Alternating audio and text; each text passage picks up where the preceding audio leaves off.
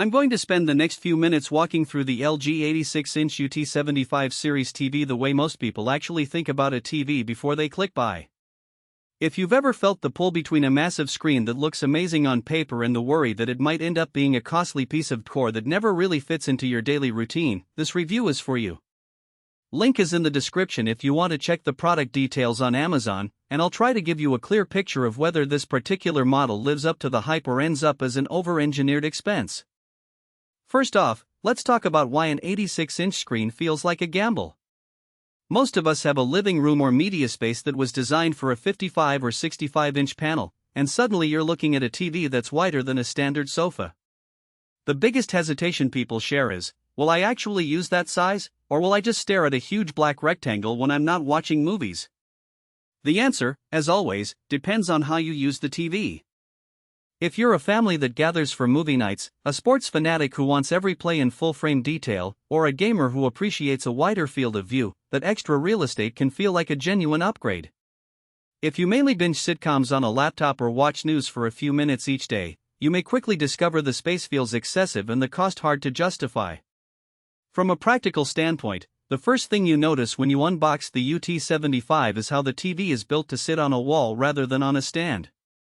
The package includes a fairly robust wall mounting kit, but you still need a stud-to-stud setup or a professional installer.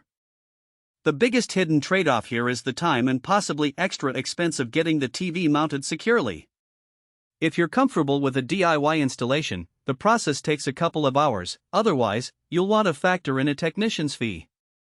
Once it's up, the sheer size changes your room layout. You'll likely need to rearrange furniture to maintain a comfortable viewing distance, which for an 86-inch display lands around 9 to 12 feet.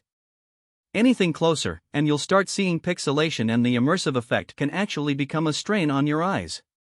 The smart side of LG's platform is where a lot of buyers hesitate. The WebOS interface is fairly intuitive, but on an 86-inch screen, navigating menus feels a bit more cumbersome than on a smaller TV. The remote is decent, but you'll find yourself reaching for voice commands or the LG ThinQ app on your phone more often than you'd expect. In everyday use, I discovered that the voice assistant works best for quick actions like switching to Netflix or adjusting volume, whereas digging into deeper settings like picture mode tweaks or network diagnostics still feels like a chore. If you're the type who likes a seamless, almost set-and-forget smart experience, you might need to spend a few minutes at the start getting the favorite apps pinned to the home screen and setting up the automatic updates. That initial effort pays off, because once you're past the onboarding, the streaming experience is buttery smooth. The TV handles 4K streams from most major services without stutter, and the built-in AI upscaling does a respectable job of pulling detail out of lower resolution content. Now let's address the picture quality in real-world scenarios. The UT75 uses an LED panel with LG's nanocell color technology, which, in theory, should widen the color gamut and improve uniformity. In a bright living room with windows that let in a lot of daylight, the TV's peak brightness is sufficient to keep the picture vivid, though it won't hit the same levels as a premium OLED or a high-end QLED. In practice, that means HDR movies look good, but you won't get the kind of exploding highlights you see on a $3,000 flagship. For most streaming content, think Netflix, Disney+, or YouTube, the colors are punchy enough that you feel you're watching in a cinema-like environment without needing a dark room.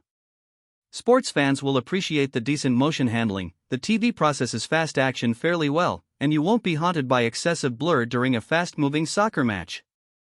However, the downside is that the local dimming zones are limited, so in very dark scenes you might notice a slight blooming effect around bright objects.